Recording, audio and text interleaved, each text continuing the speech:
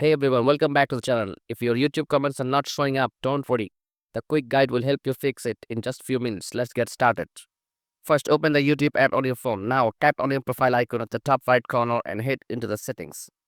From there, go to General and look for the restricted mode option. If restricted mode is turned on, switch it off.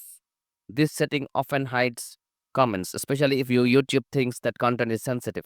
Next, we're going to check your phone's app permissions. Open your phone settings and then go to app management or apps depending on your device.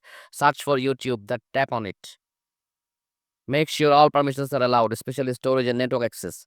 This helps the app load content correctly, including comments. Finally, go to the storage inside the YouTube app settings and tap on clear cache and clear data. Don't worry, this won't delete your YouTube account or subscription. It just refreshes the app. Now open YouTube again and check the comment section. Everything should be working fine. So this is it.